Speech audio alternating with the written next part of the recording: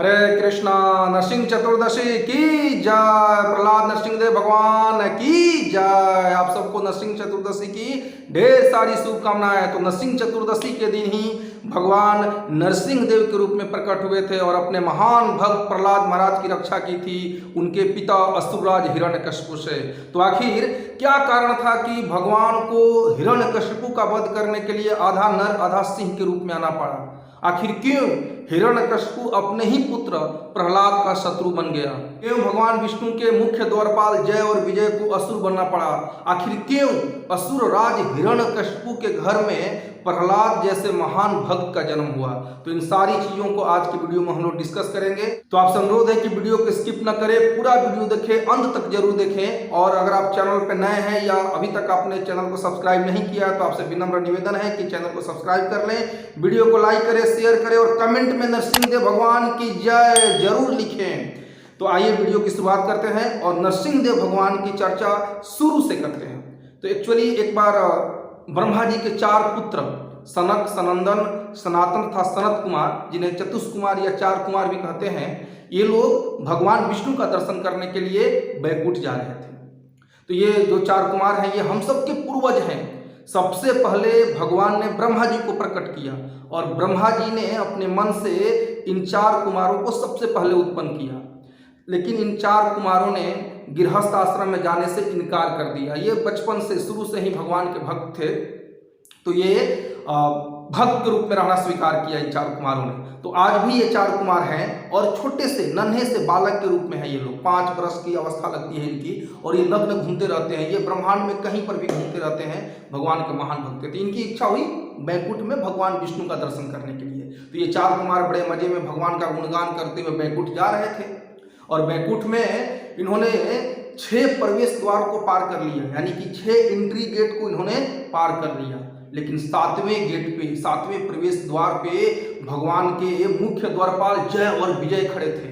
तो इन 4 कुमारों ने देखा ये अद्भुत 2 व्यक्ति कौन है इतने सुसज्जित रूप से, चतुर्भुज रूप में। क्योंकि जब 4 कुमार बैकुंठ की यात्रा पे जा रहे थे भगवान विष्णु का दर्शन करने के लिए, तो भगवान विष्णु के लोक का वर्णन अद्भुत तरीके से वर्णन है। विष्णु का जो बैकुंठ धाम है वो अद्भुत धाम है, अकल्पनीय धाम है और इसका वर्णन भागवतम के 3रे स्कंद में दिया गया। तो हम जो भी कथाएं आपको बता रहे हैं ये भागवतम के 3रे स्कंद से और भागवतम के 7वें स्कंद से। बैकुंठ धाम का वर्णन श्रीमद् भागवतम के 3रे स्कंद के 15वें अध्याय में विस्तार से दिया गया है।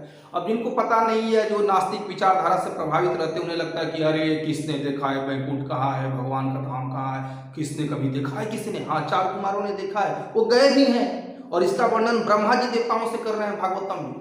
तो जब ये 4 कुमार जा रहे थे तो उन्होंने बैकुंठ की सुंदरता को देखा और उसका आनंद लेकर के, उसके आनंद में निमग्न होकर के आगे बढ़ते जा रहे थे और कोई इन्हें रोक भी नहीं रहा। तो वहाँ का जो वर्णन किया गया है वो अद्भुत वर्णन है बैकुंठ धाम का। वहाँ के लोग चतुर्भुज रूप में रहते हैं, जैसे भगवान विष्णु चतुर्भुज रूप में रहते हैं और अपने 4 हाथों में शंख, चक्र, गदा तथा कमल पुष्प धारण किए रहते हैं, वैसे ही वहाँ के निवासी भी चतुर्भुज में रहते हैं और वो भगवान जैसे ही उनका ऐश्वर्य होता है। लेकिन वो कभी नहीं भूलते हैं कि वे सब भगवान के सेवक हैं, भगवान के भक्त हैं।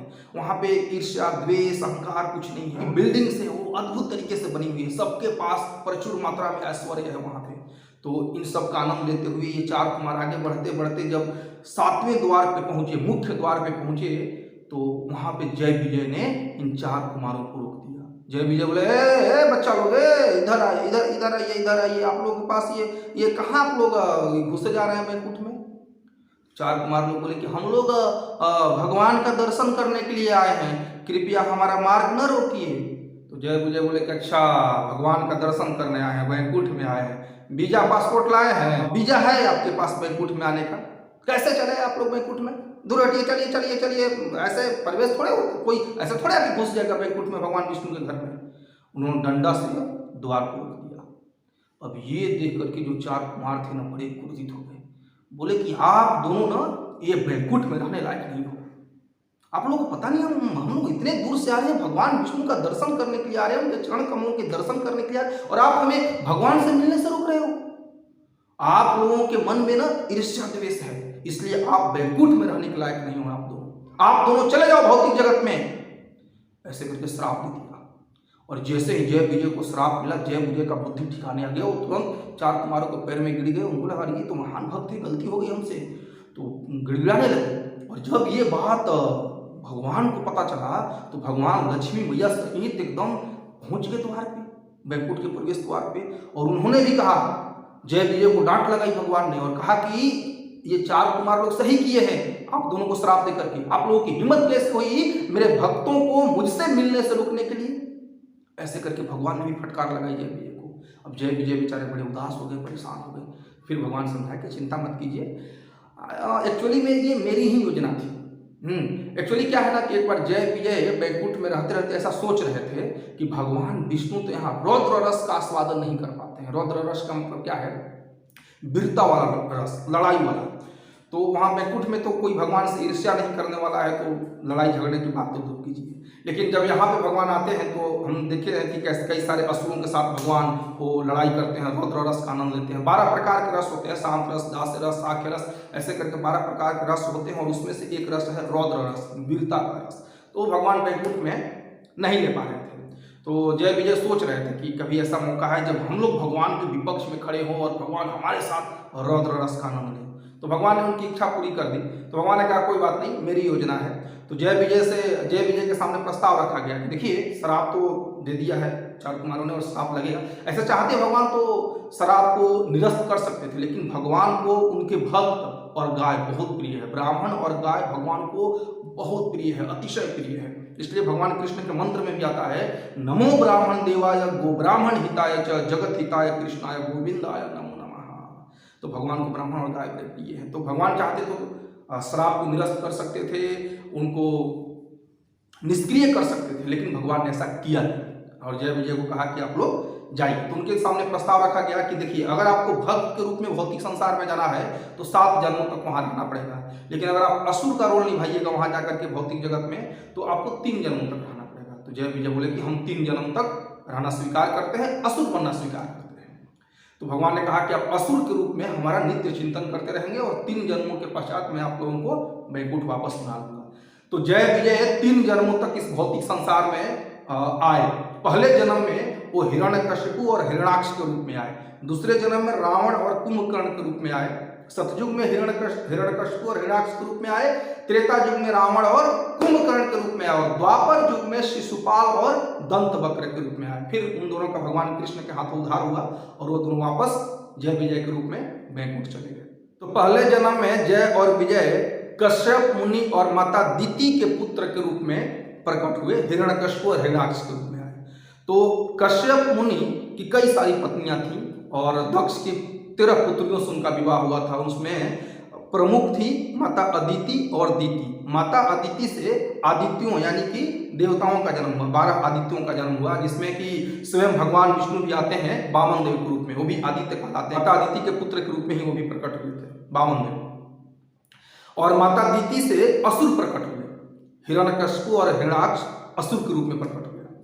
तो अब यहाँ पर यह प्रश्न उठता है कि देखिए ये देवता और असुर इन दोनों के पिता एक ही हैं, कश्यप मुनि ही हैं।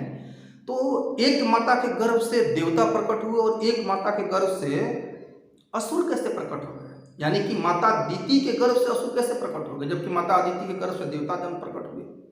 तो इसके पीछे भी बड़ी एक अद्भुत घटना है। माता दीति और अदिति ये दोनों बहनें ही हैं।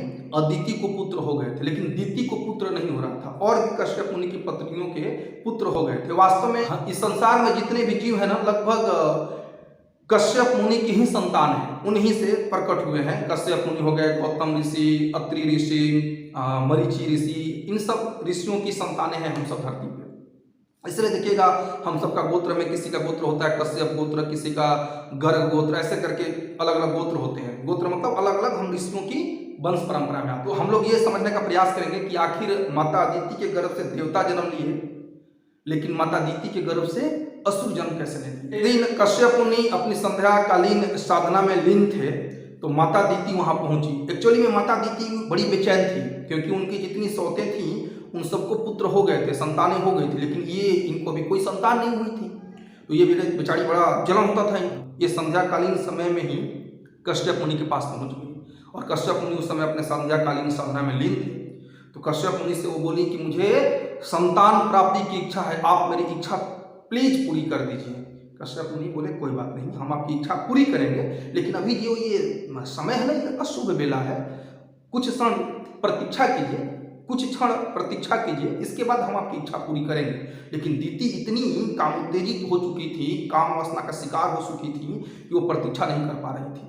तो मजबूरी में कश्यप मुनि को उनके साथ संभोग करना पड़ा अशुभ बेला में, संध्या के समय।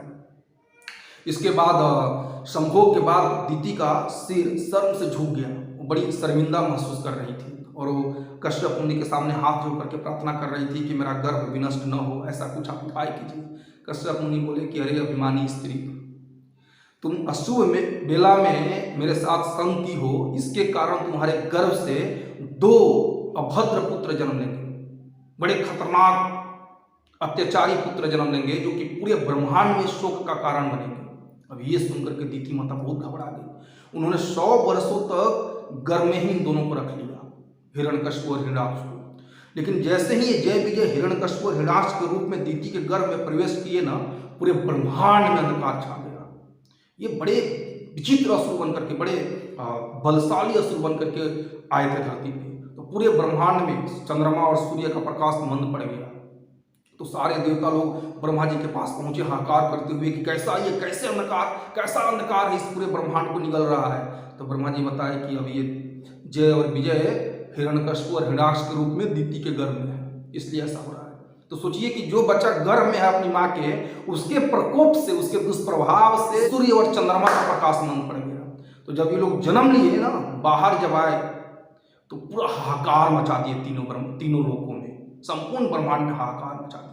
ये दोनों बड़े उत्पाती थे और बड़े बलशाली भी थे, कोई इनसे पंगा नहीं ले रहा था। देवता लोग भी इनसे, हिरण्यकश्यप और हिरण्याक्ष से पंगा नहीं ले रहे थे। और हिरण्याक्ष जो छोटका भैया था वो बड़ा बदमाश था। एक दिन उसका खुरापाती दिमाग ऐसा कुछ विचार आया कि उसने पृथ्वी को ही रसातल में छुपा दिया। सारे देवता लोग अचंभित हो गए, भाई पृथ्वी को ही अपने कक्ष से हटा करके रसातल में छुपा दिया। तब भगवान को वराह रूप में आना पड़ा, वराह अवतार लेना पड़ा और पृथ्वी को भगवान रसातल से निकाल करके फिर से अपने कक्ष में स्थापित किए। तब तक हिरण्याक्ष उनसे युद्ध करने लगा, बोला कि हम पृथ्वी को चुराए थे यहाँ पे, तुम कैसे उसको उठा लेके जा रहे हो। तो वराह देव भगवान से हिरण्याक्ष की भयंकर लड़ाई होती है, भयंकर युद्ध होता है और अंत में भगवान वराह देव हिरण्याक्ष का वध कर देते हैं। और जैसे ही हिरण्यकश्यप के लाडले दुलारे भाई हिरण्याक्ष का वध होता है, हिरण्यकश्यप आग बबूला हो जाता है, पूरी तरह से एकदम बेचैन हो जाता है, क्रोध से लाल हो जाता है हिरण्यकश्यप। और वो तुरंत असुरों की, दैत्यों की, राक्षसों की, सबकी एक मीटिंग बुलाता है और वो उसमें घोषणा करता है उस मीटिंग में कि देवियों एवं सजनों, देवियां तो होंगी नहीं वहां पे, असुर ही होंगे सब, कि ये भगवान विष्णु जो है ये पहले समदर्शी थे, किंतु अब इन्होंने देवताओं का पक्ष लेना शुरू कर दिया है और मेरे प्यारे दुलारे भाई हिरण्याक्ष का वध कर दिया है इसने। अब मैं विष्णु से प्रतिशोध लेकर के रहूंगा और जब तक मैं अपनी त्रिशूल से विष्णु का सिर उसके धड़ से अलग नहीं कर देता हूं, तब तक चैन की सांस नहीं लूंगा। तब तक तुम लोग क्या करो, मैं अभी अपने भाई हिरण्याक्ष का दाह संस्कार करके आता हूं, तब तक तुम लोग पूरी पृथ्वी पे अत्याचार मचा दो, पूरी पृथ्वी पर हाहाकार मचा दो।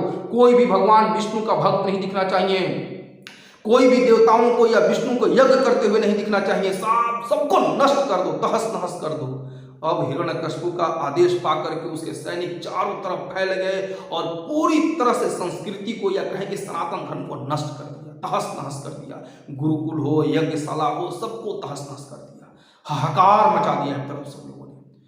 और जब हिरण्यकश्यप अपने घर गया तो उसके भाई की जो पत्नी थी, हिरण्याक्ष की पत्नी रुषा भानु, वो विलाप कर रही हैं, उनकी माता दीति विलाप कर रही हैं, उनके भतीजे विलाप कर रहे हैं सब। हिरण्यकश्यप का भी हृदय बड़ा द्रवित हो उठा, लेकिन उस समय उसने अपने आप को संभाला और अपने परिवार वालों के सामने एक बहुत ही सुंदर उपदेश दिया हिरण्यकश्यप ने। हिरण्यकश्यप को समझाया, देखिए आप लोग रोइए नहीं, क्योंकि आत्मा की मृत्यु कभी नहीं होती है, आत्मा अमर है, शाश्वत है। वांसांसी जीर्णानि यथा विहाय, जिस तरह से हम लोग वस्त्र बदलते हैं उसी तरह से आत्मा शरीर बदलता है। हमारा भाई हिरण्याक्ष कहीं नहीं गया है, बस उसका शरीर परिवर्तन हुआ है। तो जो पहले के असुर थे ना, वो भी बेचारे, उनको बेसिक फिलोसफी क्लियर थी, वैदिक शास्त्र जानते थे वो। आजकल के जो ये तथाकथित सो कॉल्ड पढ़े लिखे जो विद्वान हैं, वो बेचारे आत्मा को ही नहीं मानते, भगवान को ही नहीं मानते, पुनर्जन्म या कहे कि पिछले जन्म में आने वाले जन्म, इन सब में विश्वास ही नहीं रखते वो लोग। तो ये लोग हिरण्यकशिपु से भी बढ़कर के असुर हैं। कम से कम हिरण्यकशिपु को वैदिक शास्त्र का बेसिक फिलोसफी पता था और उसने अपने परिवार वालों को उपदेश दिया, लेकिन फिर भी परिवार के लोग बेचारे चुप नहीं हो रहे थे, चुप ही नहीं हो रहे थे। तब उन्होंने एक और कथा सुनाई हिरण्यकशिपु ने। उसी नर राज्य के नरेश सुजज्ञ की कथा उन्होंने सुनाई। सुजज्ञ क्या थे कि एक बार युद्ध भूमि में युद्ध करते करते वीर गति को प्राप्त हो गए, उनका शरीर छत विछत हो गया, उनकी कई सारी पत्नियां थी। युद्ध भूमि में जाकर के अपने पति के शव को घेर करके उन पे लिपट लिपट करके रोने लगी, विलाप करने लगी। राजा सुजज्ञ की पत्नियां इतनी विलाप कर रही थी, इतनी विलाप कर रही थी कि सारा मतलब दहल गया हृदय लोगों का। और अंत्येष्टि क्रिया का, अंतिम दाह संस्कार का समय निकला जा रहा था, फिर भी राजा सुजज्ञ की पत्नियां विलाप किए जा रही थी। अब जमराज को आना पड़ा वापस, जमराज जी को बालक का रूप धारण करके आना पड़ा। जमराज जी एक छोटे से बालक के रूप में आए और सुजज्ञ की पत्नियों को समझाए, आप लोग इतनी बड़ी हो चुकी हैं, फिर भी आप लोग रो रहे हैं इस मृत शरीर के लिए। अरे आत्मा थोड़े न मरता है, आत्मा तो अजर है, अमर है, शाश्वत है। शरीर के मारे जाने से आत्मा थोड़े न मरता है। आप लोग क्यों विलाप कर रही हैं? देखिए हम इतने छोटे से बालक हैं, फिर भी हमको इतनी समझदारी, आप लोग इतनी बड़ी बड़ी होगी फिर भी आपको समझदारी नहीं है। तो फिर भी जो राजा सुजज्ञ की पत्नियां थी वो रोए जा रही थी कि अब मेरा पति चला गए, हमारा क्या होगा, हमारा जीना बेकार है, ऐसे करके विलाप किए जा रही हैं। तो जमराज जी जो कि बालक के रूप में प्रेजेंट थे, उन्होंने एक और कथा सुनाई। वो कथा सुनाई एक कुलिंग पक्षी की कथा सुनाई कि कुलिंग पक्षी का एक जोड़ा नर और मादा क्रीड़ा में व्यस्त था। तब तक एक बहेलिया आया और उसने मादा का शिकार कर लिया, मादा पक्षी को मार दिया। तो जब ये जो नर पक्षी था वो मादा पक्षी के सामने गिर गिर करके रो रहा है, छटपटा छटपटा करके कि हाय रे, इसकी तो मृत्यु हो गई, बच्चों को कौन संभालेगा, ऐसे करके रो रहा था। तब तक वो शिकारी ने नर पक्षी को भी मार दिया। वहीं जमराज जी शिक्षा दे रहे थे कि देखिए आप लोग रो रही हैं राजा की मृत्यु पे, आप लोग ये क्यों नहीं सोच रही है कि आप लोगों की भी मृत्यु आने वाली है। तो ये बहुत बड़ी शिक्षा है हम सब के लिए। हम सब अपने संसार में खोए रहते हैं और कोई हमारा अड़ोसी पड़ोसी या रिश्तेदार शरीर छोड़ देते हैं तो फिर हम बड़ा विलाप करते हैं, राम नाम सत्य है, राम नाम सत्य है, बताइए चला गया वो, अभी जाने का समय था, बताइए भगवान उठा लिया। अरे आपका अभी जाने का समय आने वाला है, अपनी चिंता काहे नहीं कर रहे हैं। हम लोग श्मशान घाट पे जाते हैं, वहाँ दाह संस्कार होती है तो आंसू बहाते हैं वहाँ पे, लेकिन जैसे ही वहाँ से आते हैं गंगा जी में स्नान करके सब भूल जाते हैं। हमारी भी बारी आने वाली है, कभी भी बिना व्हाट्सअप बिना मिस कॉल किए जमराज कभी भी उठा सकते हैं हम सबको भी, तो मृत्यु कभी भी आ सकती है। इसलिए हमें अपने बारे में सोचना चाहिए कि आखिर हमने ऐसा क्या कर्म किया, ऐसा कुछ किया है जिसके चलते हम मृत्यु के चंगुल से बच सके। मृत्यु के चंगुल से बचने का मतलब क्या है कि शरीर को छोड़ने के बाद वापस 84 लाख योनियों में न गिरना पड़े।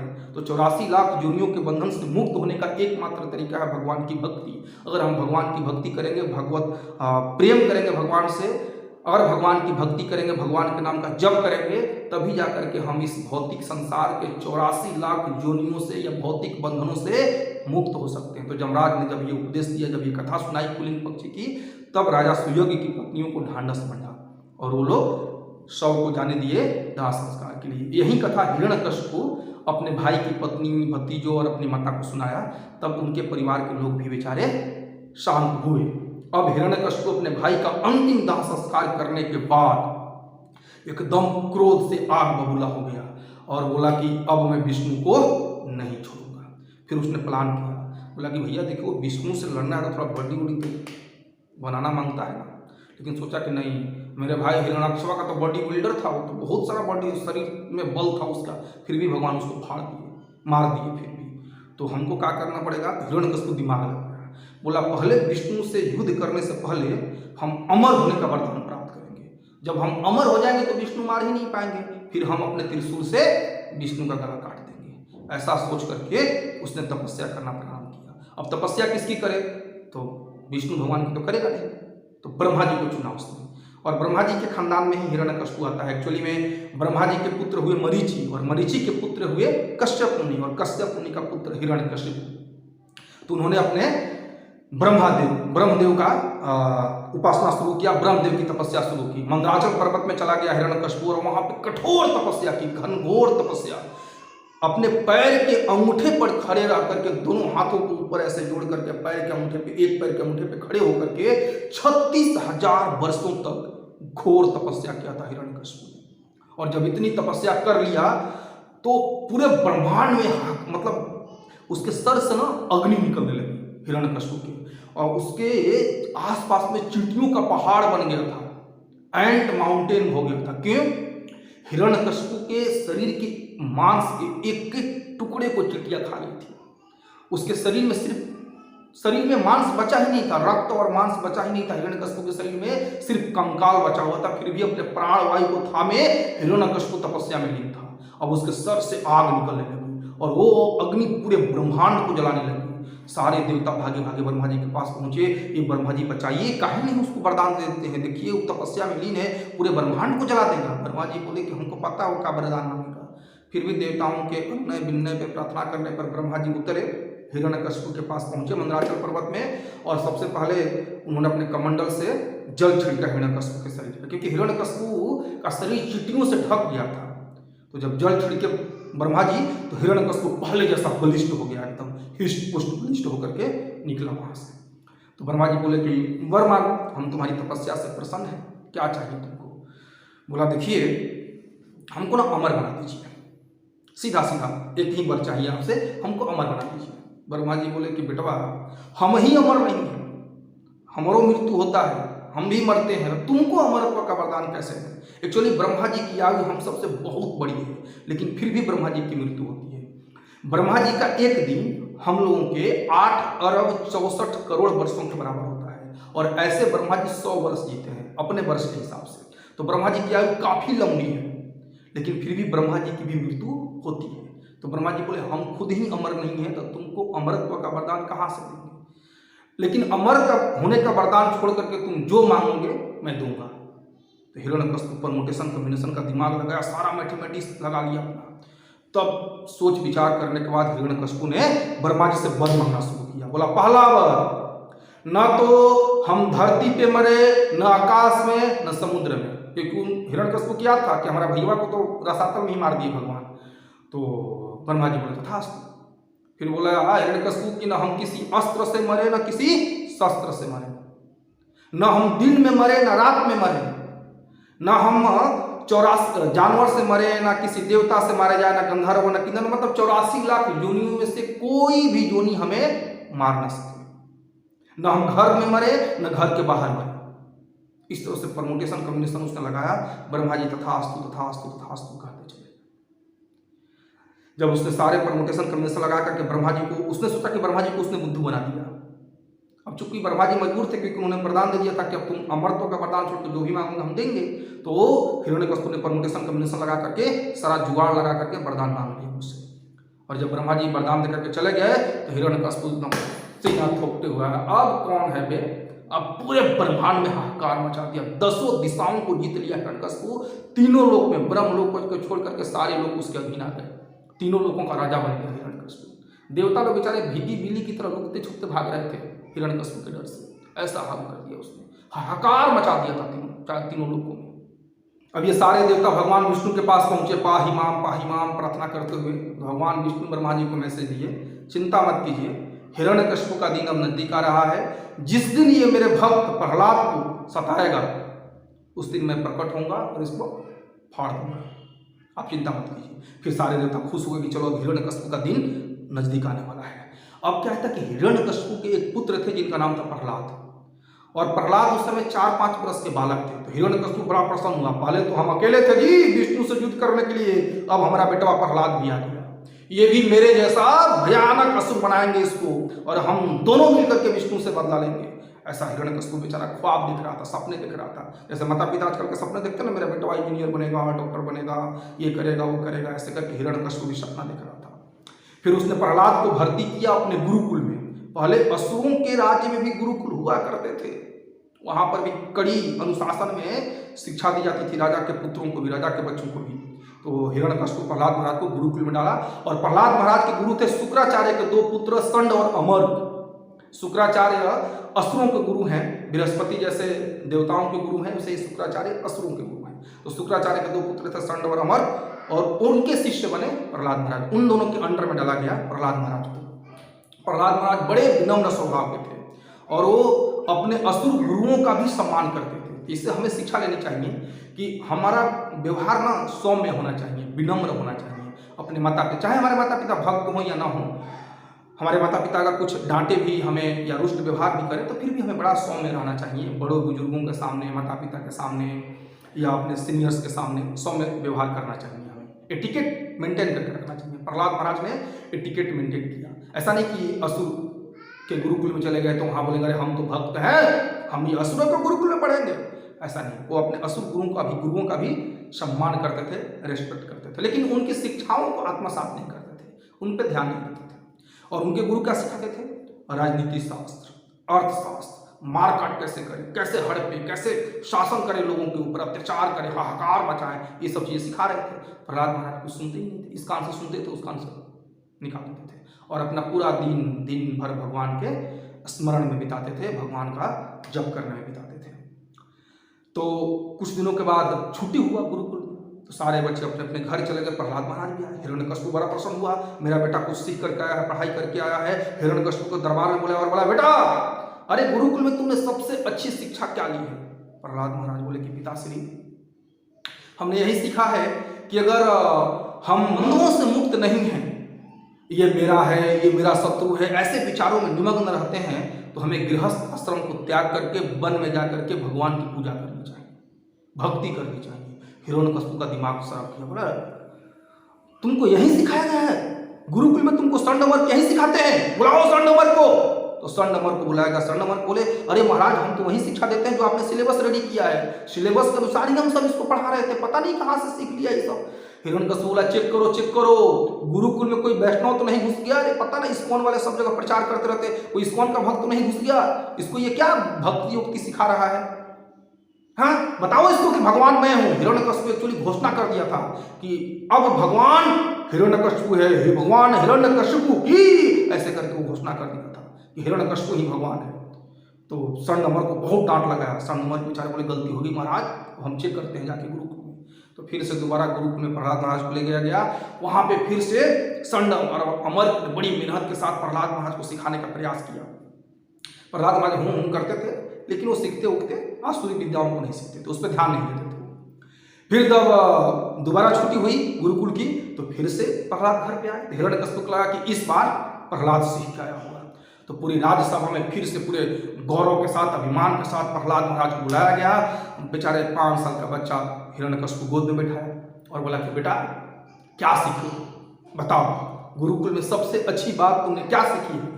प्रहलाद महाराज बोलते हैं, श्रवणम कीर्तनम विष्णु स्मरणम पादशवनम अर्चनम वंदनम दास्यम साख्यम आत्मनिवेदनम। 9था भक्ति बताने लगे प्रहलाद महाराज कि भगवान की भक्ति की शुरुआत होती है श्रवण से, यानी कि भगवान के बारे में सुनने से, फिर भगवान के बारे में कीर्तन करने से, स्मरण करने से।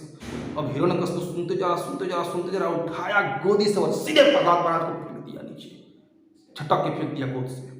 बोला नलायक कहीं के, कहाँ से सिखाए तुम ये सब? हाँ बुलाओ स्वर्णमर्क को। स्वर्णमर्क को फिर बुलाएगा। स्वर्णमर्क बेचारा कांपते हुए, महाराज हम दोनों की कोई गलती नहीं है इसमें, पता नहीं नलायक कहाँ से सब सीख लेता है। तो हिरण्यकशिपु बहुत क्रोधित थे, बोले तुम लोगों के भरोसे हम गुरुकुल छोड़े हैं और यही सिखाते हो प्रहलाद को तुम लोग भक्ति के बारे में? ये हमको श्रवणम कीर्तनम सिखाएगा, विष्णु स्मरणम सिखाएगा। जो हमारे भाई का द्रोही है, मेरा दुश्मन है, उसका ये नाम लेता है मेरे सामने, सिखाओ इसको कि भगवान मैं हूं। ऐसे करके हिरण्यकशिपु चिल्लाने लगा और अपने सैनिकों को आदेश दिया कि तत्काल इसका वध कर दिया जाए, तत्क्षण इस बालक का वध कर दिया जाए। यानी कि अपने मान सम्मान की रक्षा करने के लिए हिरण्यकशिपु अपने गर्व में इतना अभिमानी हो चुका था कि अपने पुत्र का वध करने का आदेश दिया उसने। और उसके सैनिकों ने तीखे हथियारों से, तेज धारदार हथियारों से प्रहलाद महाराज पे प्रहार किया, लेकिन प्रहलाद महाराज का कुछ नहीं हुआ। राखे कृष्ण मारे के, मारे कृष्ण राखे के। अगर भगवान किसी की रक्षा करने पर तुल जाए तो किसी की विषाद है कि कोई बाल विवाह का कर पाएगा भक्तों का? क्योंकि भगवान भगवत गीता के 9वें अध्याय में भी कहते हैं, कौनते प्रतिजानी ही न में भक्त्या प्रसति है, कुंती पुत्र घोषणा कर दो कि मेरे भक्तों का विनाश नहीं होता, ऐसा भगवान ने कहा है। तो प्रहलाद महाराज का बाल विवाह का नहीं, फिर उनको समुद्र में फेंका गया, पर्वत की चोटियों से नीचे फेंका गया, हाथी के पैर तले उनको कुचलवाया गया, गरम गरम खौलते तेल में पकौड़े की तरह डाला गया उनको, हिरण्यकशिपु अपनी बहन होलिका की सहायता से अग्नि में उनको भस्म करने का प्रयास किया, लेकिन हर बार प्रहलाद महाराज बचते चले गए। अंत में उनको विष दिया गया खाने के लिए, लेकिन फिर भी प्रहलाद महाराज उसको भगवान को, मतलब उनके खाने में विष मिला के दिया गया था। प्रहलाद महाराज ने भगवान को ऑफर किया और प्रसाद खा लिया। भगवान की असीम कृपा थी प्रहलाद महाराज के ऊपर, क्योंकि प्रहलाद महाराज भगवान के शुद्ध भक्त हैं, महाजन हैं, महाभागवत हैं वो, तो हर समय भगवान उनकी रक्षा करते थे, भगवान के कृपा पात्र बने रहते थे। उनकी छत्र छाया में प्रहलाद महाराज हमेशा सुरक्षित रहते रहे। हिरण्यकशिपु ने कई प्रकार से उनको मारने का प्रयास किया। एक बार तो सर्प के कुंड में फेंक दिया गया उनको, जहाँ सर्प ही सर्प थे, विषैले, फुफकारने वाले, लेकिन फिर भी प्रहलाद महाराज को कुछ नहीं किया। प्रहलाद महाराज वहां भी भगवान का ध्यान करते रहे कि किस तरह से भगवान शेषनाग की सैया पे लेटे हैं, तो वहां भी भगवान प्रहलाद महाराज का कुछ नहीं हुआ। अंत में हिरण्यकशिपु एकदम हताश, निराश, परेशान होकर के माथा पकड़ के बैठ गया। अरे कैसा नालायक से भेंट हो गया, ये तो लग रहा है कि अमरत्व का वरदान इसी को मिल गया। हम तपस्या किए थे अमर बनने के लिए, ये तो अमर यही बन गया लग रहा है। बेचारा हिरण्यकशिपु डर गया। फिर उसके जो प्रहलाद महाराज के जो गुरु थे संडवर्मक शुक्राचार्य के पुत्र, वो हिरण्यकशिपु के पास आए और बोले देखिए हमारी इसमें कोई गलती नहीं है, हम लोग बहुत प्रयास कर रहे हैं इसको सिखाने का, लेकिन घबराइए मत। शुक्राचार्य हमारे हम सबके गुरु पिता श्री शुक्राचार्य आने वाले हैं अब आश्रम में, वो तपस्या करने कहीं गए थे तो आश्रम में आने वाले हैं, अब हम एक बार और मौका दीजिए, अब की बार इसको सुधार देंगे। तो हिरण्यकशिपु ने फिर से प्रहलाद को गुरुकुल में भेजा। इस बार प्रहलाद महाराज भी अपने बिहेवियर में थोड़ा चेंज किए, कुछ नहीं बोलते थे, जो पढ़ाते थे उसको आत्मसात कर लेते थे। अब उन लोगों ने भी थोड़ा सा सिलेबस में चेंज किया, अब इनको थोड़ा सा राजसी टाइप की विद्या पढ़ा रहे थे, राजसी विद्या, राजयोग पढ़ा रहे थे। तो प्रहलाद महाराज सुन रहे थे क्योंकि वो इतनी तामसिक नहीं थी। और अब संड और अमर को प्रहलाद महाराज का बिहेवियर देख करके ऐसा लगने लगा कि प्रहलाद महाराज में चेंज आ रहा है, ये मेरी बातों को सुन रहा है, पढ़ाई को याद कर रहा है। तो ऐसा उन लोगों को थोड़ा सा निश्चिंत हो गए वो। फिर छुट्टियों में कुछ दिन के लिए संड और अमर घर में, यानी गुरुकुल में कोई टीचर नहीं। प्रहलाद ने मौका देखा और चौका लगा दिया। तो उन्होंने सारे सहपाठियों को बुलाया और सबको वैष्णव बना दिया, सबको भागवत धर्म की शिक्षा देने लगे, भगवान की भक्ति के बारे में सिखाने लगे। तो कुछ ही मतलब प्रचार शुरू कर दिया गुरुकुल में ही।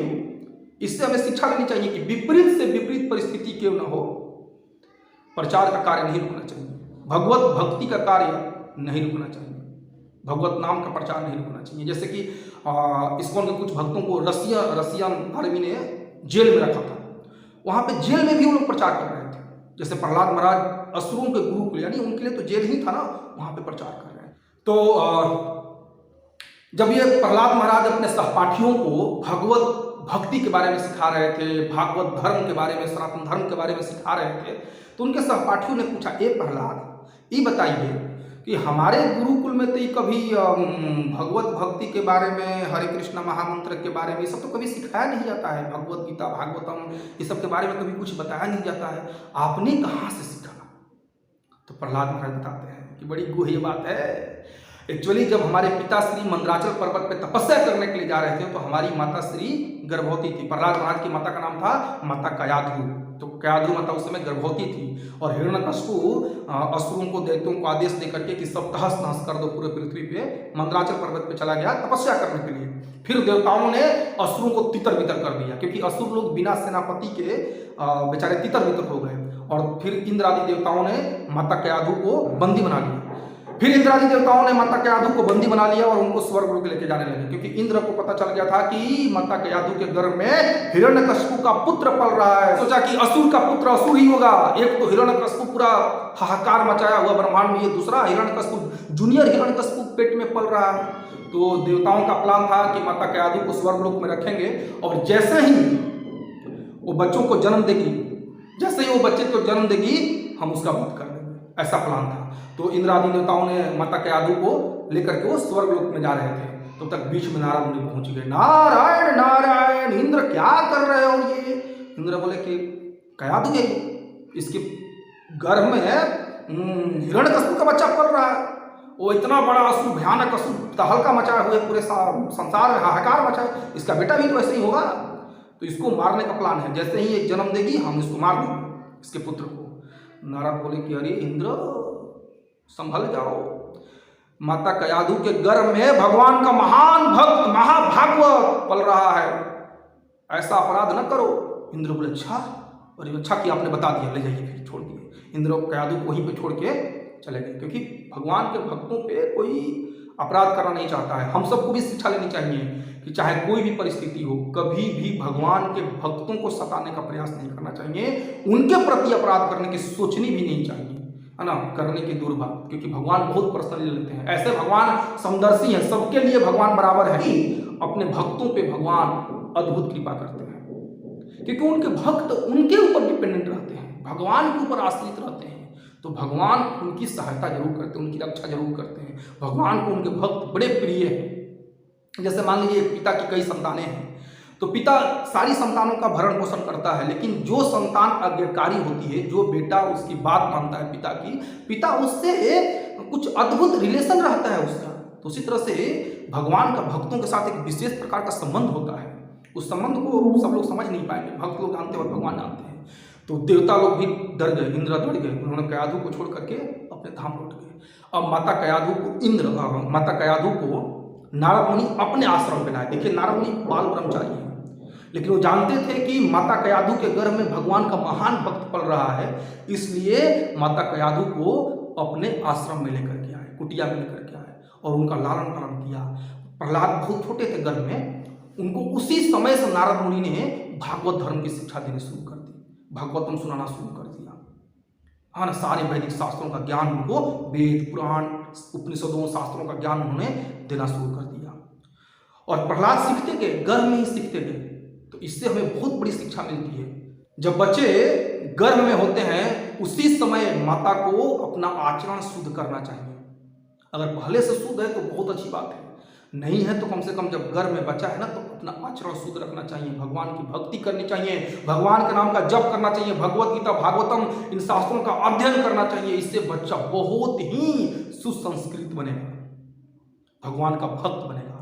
तो नारद मुनि 36,000 वर्षों तक लगभग उनको शिक्षा देते रहे, क्योंकि पहले की स्त्रियों में ऐसी शक्ति थी कि वो जितने दिन चाहे अपने बच्चों को अपने पेट में रख सकती थी, गर्भ में रख सकती थी। जैसे माता दीति ने 100 वर्षों तक रखा, हालांकि वो असुर थे दोनों, तो इतने दिनों तक नहीं रख पाए, लेकिन फिर भी 100 वर्षों तक उन्होंने अपने गर्भ में रख लिया।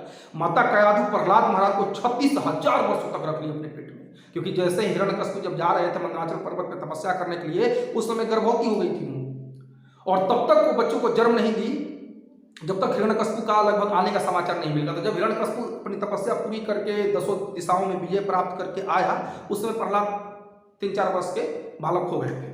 तो कयाधु माता में ये शक्ति थी। तो उतने 1000 वर्षों तक कयाधु माता नारद मुनि के आश्रम में रह करके भागवत धर्म की शिक्षा लेती थी।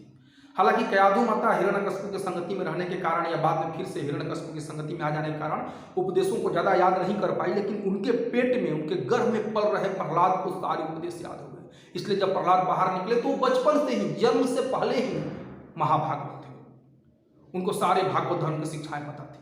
इसलिए प्रहलाद महाराज अपने सहपाठियों को वो सारी चीजें बता रहे थे, भागवत धर्म की शिक्षाएं दे रहे थे जो उन्होंने नारद मुनि से सीखी थी। तो उनके सहपाठी सुन करके बड़ा आश्चर्यचकित हो गए। तो प्रहलाद महाराज ने ये सीक्रेट बताया कि उन्होंने ये ज्ञान अपने गुरु नारद मुनि से सुना, तब जब वो अपनी माता के गर्भ में थे। अब जब षंड और अमर्क आए एक दिन गुरुकुल में छुट्टी से वापस, तो देख रहे हैं कि सब लोग भगवान के नाम का जप कर रहा है, सब लोग अपना भगवत गीता भागवत का पाठ सुन रहा है, प्रहलाद महाराज लेक्चर दे रहे हैं और सब लोग वैष्णव बन गया, भक्त बन रहा है सब लोग। स्वर्ण और अमर्क माथा पकड़ के बैठे हुए, लगा कि बेहोश हो जाएंगे। पहले तो एक ही प्रहलाद था, ये तो सारे विद्यार्थियों को अपने जैसा बना दिया, भक्त बना दिया। स्वर्ण अमर्क दौड़ हिरण्यकश्यप के पास गए, महाराज अनर्थ हो गया, अनर्थ हो गया। हिरण्यकश्यप बोले अब क्या हो गया, मर गया क्या प्रहलाद? बोले नहीं, अरे उसने सबको प्रहलाद बना दिया, सबको वैष्णव बना दिया, प्रचार कर रहा है गुरुकुल में, गुरुकुल के सारे विद्यार्थी वैष्णव बन रहे हैं, भगवान के नाम का जप कर, विष्णु के नाम का जप कर रहे हैं। हिरण्यकश्यप एकदम आग बबूला हो गया, बोला कि अब प्रहलाद को नहीं छोड़ूंगा, जल्दी बुलाना उसको। और बुलाया गया प्रहलाद को। हिरण्यकश्यप बीच राजसभा में प्रहलाद को बुला करके उसका कॉलर पकड़, प्रहलाद का कॉलर पकड़, बोला तुम मानेगा कि नहीं मानेगा? बदमाश कही कि मुझे भगवान मानता है कि नहीं? प्रहलाद बोले कि आप मेरे पूज्य पिताश्री हैं, आदरणीय हैं, सम्माननीय हैं, वंदनीय हैं, लेकिन आप भगवान नहीं हैं।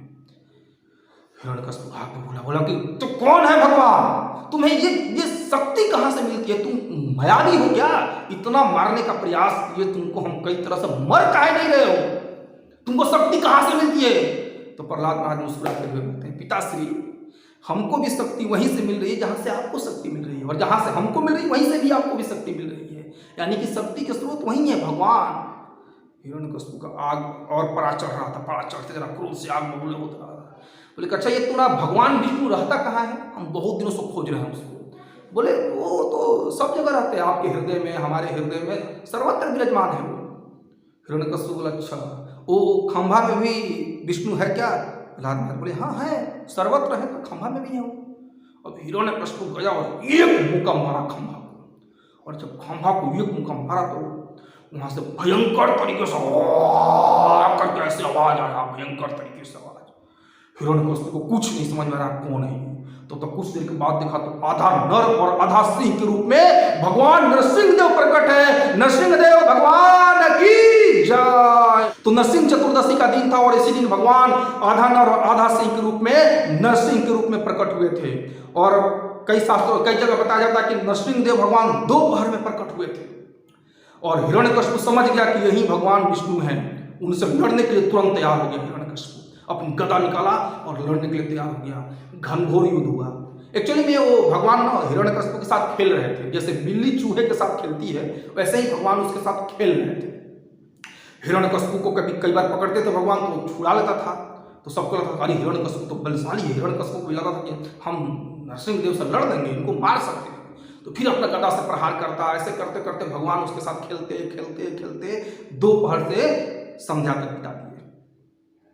अब मैच ओवर होने का समय आ गया, गेम खत्म करने का समय आ गया। तो भगवान ने हिरण्यकशिपु को अपने गोद में उठाया, गोद में उठा लिया। तो हिरण्यकशिपु बोला अरे हम मर नहीं सकते हो, हमको वरदान प्राप्त है। भगवान बोले किसका वरदान प्राप्त है? बोले ब्रह्मा जी का वरदान प्राप्त है हमें। भगवान बोले क्या वरदान प्राप्त है तुमको? हिरण्यकशिपु बोला कि ना हम घर के अंदर मर सकते हैं ना घर के बाहर। नरसिंह देव भगवान बोले कि नालायक, तू अभी न तो घर के बाहर है न घर के भीतर है, तू चौकट पे है। हिरण्यकशिपु बोला जा भला तो फॉर्मूला फिर। हिरण्यकशिपु बोला ओके ओके नो प्रॉब्लम, न तो हम धरती पे मर सकते हैं, ना आकाश में मर सकते हैं, और न ही समुद्र में मर सकते हैं। भगवान नरसिंह देव बोले कि नालायक, तू अभी न तो धरती पे है न आकाश में न समुद्र में, मेरी गोद में है तू। हिरण्यकशिपु बोला यो फेल हो गया। फिर बोलते कि हम ना अस्त्र से मर सकते हैं ना शस्त्र से मर सकते हैं। नरसिंह देव बोले कि ना हम तो अस्त्र से मारेंगे तुमको, न शस्त्र से मारेंगे, अपने नाखूनों से फाड़ेंगे तुमको। हिरण्यकशिपु बोला यो फेल हो गया। हम किसी से नहीं मर सकते, ना जानवर से मर सकते हैं, ना देवता से मर सकते हैं, ना असुर से मर सकते हैं, कोई नहीं मार सकता हमको। नरसिंह देव बोले कि मैं 84 लाख योनियों में नहीं आता हूं, ब्रह्मा ने आधा नर आधा सिंह का योनि बनाया ही नहीं है। हिरण्यकशिपु का बोला कि अब तो लग रहा है अच्छा अब क्या करें, अब क्या करें? भगवान सॉरी गलती हो गया, भगवान गलती हो गया। हिरण्य नरसिंह देव बोले कि नालायक, तू मेरे भक्त प्रहलाद को इतना कष्ट दिया है, अब तुमको मैं नहीं छोड़ूंगा। नरसिंह देव ने अपना नाखूना निकाले, उसको छाती पर डाले और ओपन हार्ट सर्जरी कर दी, फाड़ दी नाखून से। हाँ दलित हिरण्यकशिपु तनु भृंगम, छेद छत विछत कर दिए उसको पूरी तरह से। और जब हिरण्यकशिपु को मार दिए तो बहुत भयंकर गर्जना करने लगे नरसिंह देव, भीषण गर्जना करने लगे। और फिर हिरण्यकशिपु का और चिल्ला चपाटी लोग आया दौड़ करके, हाँ तलवार लेकर के, अरे मारो मारो नरसिंह देव को, मारो मारो, कौन आया है मारो। नरसिंह देव भगवान ऐसा ममोर समोर के सबको फेंक दिए, सारी सेनाओं को तहस नहस कर दी नरसिंह देव। और फिर हिरण्यकशिपु का पेट फाड़े, उसका अतरी निकाले और उसका माला पहन करके हिरण्यकशिपु के सिंहासन पर जाकर बैठ गए नरसिंह देव। किसी की हिम्मत नहीं हो रही थी नरसिंह देव के सामने जाने की, इतने क्रोधित थे नरसिंह देव। हाँ दहाड़ रहे थे एकदम। भगवान के बड़े बड़े नाखून थे, उनकी सर पे बड़े बड़े बाल थे, बड़ी बड़ी दांतें थी और बड़ी बड़ी आंखें थी। गुफाओं जैसे भगवान की नासिका थी और चौड़ी छाती पतली कमर, ऐसे करके भगवान का अद्भुत रूप का वर्णन किया गया है श्रीमद् भागवतम के 7वें स्कंद में। नरसिंह देव प्रकट हुए तो बड़े बड़े देवता देवी लोग भी नहीं आ रहे थे, ब्रह्मा जी तो आ ही नहीं रहे थे, हम ही न वरदान दिए थे। बताइए हमारा वरदान की रक्षा करने के लिए भगवान को आधा नर आधा सिंह के रूप में आना पड़ा। ब्रह्मा जी ऐसे ही पीछे, शिव जी या इंद्र चंद्र जितने भी देवी देवता थे, कोई किसी की हिम्मत नहीं हो रही थी आने की। इवन लक्ष्मी मैया की भी हिम्मत नहीं हो रही थी प्रभु के सामने आने की। इतने क्रोध में थे भगवान, बड़ी बड़ी लाल आंखें हुई थी उनकी क्रोध के मारे और दहाड़ रहे थे। फिर नारद मुनि ने प्रहलाद महाराज को आगे किया और प्रहलाद महाराज को आगे किया। प्रहलाद महाराज गए, फूल की माला लेकर नरसिंह देव को पहनाए। नरसिंह देव उनको अपनी गोद में बिठा करके अपने जीभ से चाटने लगे। वात्सल्य भाव उमड़ पड़ा नरसिंह देव भगवान का। और प्रहलाद महाराज से बड़े प्रसन्न हुए, बोले कि तुमने मेरी भक्ति में बहुत सारे अत्याचारों को सहा है। मैं प्रहलाद, हे प्रहलाद, मैं तुमसे बहुत प्रसन्न हूँ, अति प्रसन्न हूँ। तुम जो चाहो मांग लो, पूरे ब्रह्मांड को मांग लो, पूरे ब्रह्मांड का राजा बना देता हूँ तुमको। प्रहलाद महाराज बोले, नहीं प्रभु, क्या बात कर रहे हैं आप? अरे हम आपकी भक्ति थोड़े ना धन संपत्ति मांगने के लिए किए थे। हम तो आपकी निस्वार्थ भक्ति चाहते हैं, विशुद्ध भक्ति चाहते हैं। ये तो व्यापार ना है जी कि हम भगवान की पूजा करें और उनसे कुछ मांगे। ये सभी क्या करते हैं? सुख संपत्ति घर आवे, कष्ट मिटे तन का, जय जगदीश। हम भगवान की भक्ति किसके लिए करते हैं? अपनी सुख सुविधाओं के लिए। भगवान की प्रसन्नता के लिए बहुत कम लोग भक्ति करते हैं भगवान की या पूजा करते हैं। तो प्रहलाद महाराज वही बोले कि जो अपने को शुद्ध भक्त कहता है वो एक सामान्य भक्त भी नहीं, अगर भगवान से लेन देन करता है कि हमको आप दीजिए तब हम आपकी भक्ति करेंगे। भक्त तो भगवान कैसे भी रखे, जिस परिस्थिति में भी रहे उस परिस्थिति में रह करके वो प्रभु की सेवा करता है। तो प्रहलाद महाराज बोले कि हमें प्लीज कोई भौतिक वरदान मत दीजिए प्रभु, और मुझे वरदान दीजिए कि मेरे अंदर भौतिक इच्छा आए ही नहीं। ऐसे ही हमारा जन्म असुरों के कुल में हुआ है, हाँ, जहाँ पे भौतिक इच्छाओं के लिए लोग लड़ते मरते रहते हैं। तो हमें इंद्रिय तृप्ति नहीं चाहिए प्रभु, हमें भौतिक सुख सुविधाएं नहीं चाहिए। तो भगवान और प्रसन्न हुए, वाह प्रहलाद वाह, है ना, you are a great devotee, तुम विशुद्ध भक्त हो। जाओ, मैं तुमको वरदान देता हूँ कि तुम इस मनवंतर के अंत तक पूरे ब्रह्मांड पर राज करोगे और फिर मेरे धाम बैकुंठ में आओगे।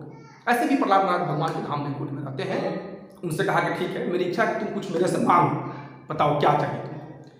तो प्रहलाद महाराज कहते हैं कि अगर आप प्रसन्न ही हैं, कुछ देना ही चाहते हैं ना, तो ये जो मेरे पिताश्री हैं असुरराज हिरण्यकश्यप, इनको क्षमा कर दीजिए प्लीज। बहुत अपराध किया है इन्होंने आपके प्रति, आपके भक्तों के प्रति बहुत अपराध किया है, मेरे पिताजी को क्षमा कर दीजिए।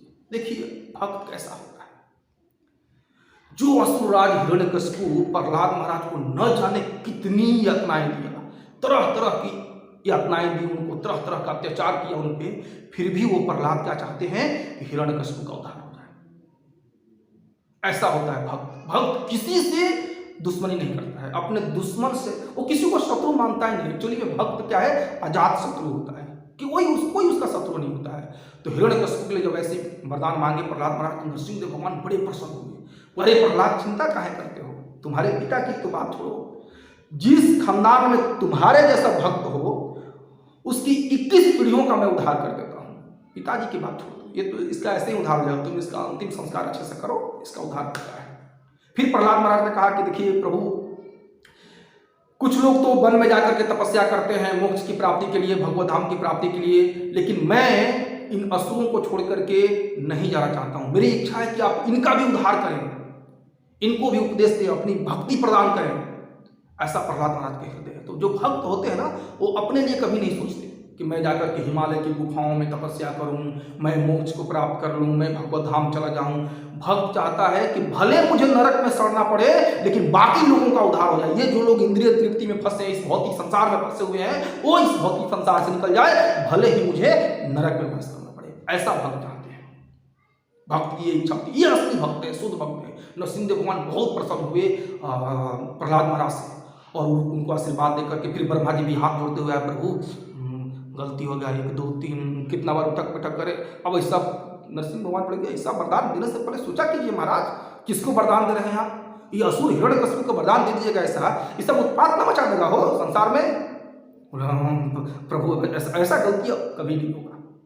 तो सब सारे देवता लोग आए, भगवान को प्रणाम किए, आरती किए और इस तरह से सब लोग फिर चले गए। नरसिंह भगवान चले गए। फिर सारे देवी देवताओं ने प्रहलाद महाराज को कई तरह से आशीर्वाद दिया, उनको बड़ा दुलार प्यार किया और प्रहलाद महाराज को राज सिंहासन पर बनाया। भगवान नरसिंह देव की कथा से हमें कई सारी बातें सीखने को मिलती है।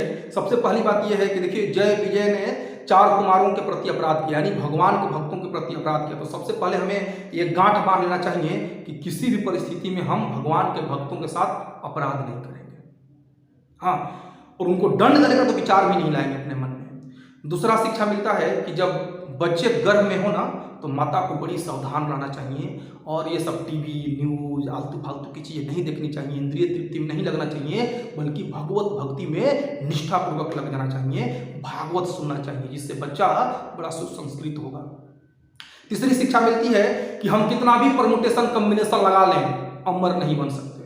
भगवान के हाथों से नहीं बच सकते, प्रकृति के क्रूर नियमों से नहीं बच सकते हैं। हिरण्यकशिपु जैसा असुर न तो आज तक इस संसार में हुआ है, न शायद होगा। इतना खतरनाक असुर था, वो भी नहीं बच पाया। इतना परमुटेशन कॉम्बिनेशन लगाया, न दिन में मरे, न रात में मरे, न घर के बाहर मरे, न घर के भीतर मरे, न धरती पे मरे, न आकाश में मरे। इतना सारा परमुटेशन कॉम्बिनेशन लगा लिया, फिर भी मृत्यु से नहीं बच पाया। तो ये हमारे जो तथाकथित सो कॉल्ड विद्वान लोग हैं, वो हमेशा नास्तिक विचारधारा देते रहते हैं। ये जो पढ़े लिखे लोग हैं ना, तथाकथित पढ़े लिखे लोग, इनका एक ही मकसद है, पिक्चर से भगवान को हटा दो, सनातन धर्म को मिटा दो, ये कर दो, वो कर दो, ऐसे नास्तिकतावाद को फैलाओ। हाँ, तो ऐसा नहीं हो सकता। कितना भी बुद्धि लगा लीजिए, मृत्यु से नहीं बच सकते। इस जन्म मृत्यु से छूटने का एक ही मात्र उपाय है, भगवान की भक्ति करना। तो हिरण्यकशिपु जैसा भी महान भौतिकवादी नहीं बच पाया भगवान से। तो भगवान से बड़ा कोई नहीं है, चाहे कितना भी परमुटेशन कॉम्बिनेशन लगा ले, कोई भगवान नहीं बन सकता। अभी आज का एक बहुत बड़ी शिक्षा मिल रही है कि कोई भगवान नहीं बन सकता। हिरण्यकशिपु जैसा शक्तिशाली कोई है नहीं है, चुटकी में मसल देता हम लोगों जैसे लोगों को, लेकिन फिर भी वो भगवान नहीं बन सका। तो आजकल के जो कुछ लोग सिखाते हैं, तुम भी ईश्वर, मैं भी ईश्वर, हम भी भगवान, तुम भी भगवान, हम दोनों भगवान, ऐसा नहीं है। भगवान भगवान है और हम हैं। समुद्र की एक बूंद समुद्र की एक बूंद ही है, और समुद्र समुद्र है, ऐसा है। तो हमें यह शिक्षा मिलती है। और क्या शिक्षा मिलती है कि हमें नरसिंहदेव भगवान से प्रार्थना करनी चाहिए। कैसी? भक्ति मांगनी चाहिए उनसे, सांसारिक चीजें नहीं मांगनी चाहिए। जैसे नरसिंहदेव वर दे रहे थे, प्रहलाद महाराज की परीक्षा ले रहे थे नरसिंहदेव की तरफ से, और नरसिंहदेव उनको पूरे ब्रह्मांड का राजा बना रहे थे, लेकिन प्रहलाद महाराज ने कहा नहीं, प्लीज हमें अपने भक्त का दास बना लीजिए, हमें ऐसा वरदान दीजिए कि हम पूरी जिंदगी आपको न भूलें, पूरी जिंदगी आपकी कथाओं को सुनने का हमें अवसर प्राप्त होता है। ऐसा वरदान मांगे प्रहलाद महाराज। तो हमें नरसिंह चतुर्दशी एक्चुअली क्या है? नरसिंहदेव भगवान का प्रकट दिवस है, एक तरह से उनका जन्म दिवस है। तो जन्मदिन के दिन लोग बड़े प्रसन्न रहते हैं। तो नरसिंह भगवान ऐसे ही प्रसन्न रहते हैं, भक्तों के ऊपर बड़े कृपालु हैं नरसिंहदेव, तो अद्भुत रूप से आज प्रसन्न रहते हैं। तो उनसे हमें प्रार्थना करनी चाहिए, उनसे आशीर्वाद मांगना चाहिए कि जो हमारे हृदय में हिरण्यकशिपु बैठा है, लोभ, मोह, काम, क्रोध, ईर्ष्या, द्वेष के रूप में, इंद्रिय तृप्ति के रूप में, भोगने की इच्छा के रूप में जो हिरण्यकशिपु हमारे हृदय के अंदर बैठा है, उसका भगवान नरसिंहदेव वध कर दें। नरसिंहदेव भगवान की जय। भक्त शिरोमणि प्रहलाद महाराज की जय। तो एक्चुअली में प्रहलाद महाराज हम भक्तों के हीरो हैं। जैसे संसार में लोगों के हीरो सलमान खान, महेंद्र सिंह धोनी, सचिन तेंदुलकर, विराट कोहली किसी का हीरो है, किसी का गौतम गंभीर भी होगा। ऐसे लोगों के हीरो होते हैं, रोल मॉडल होते हैं। हम सब भक्तों के रोल मॉडल हैं भक्तराज प्रहलाद महाराज। प्रहलाद महाराज की जय, नरसिंहदेव भगवान की जय। तो अगर आपको वीडियो अच्छा लगे तो वीडियो को लाइक करें, शेयर करें, चैनल को सब्सक्राइब करें, और कमेंट में प्रहलाद नरसिंहदेव भगवान की जय जरूर लिखें। हरे कृष्ण।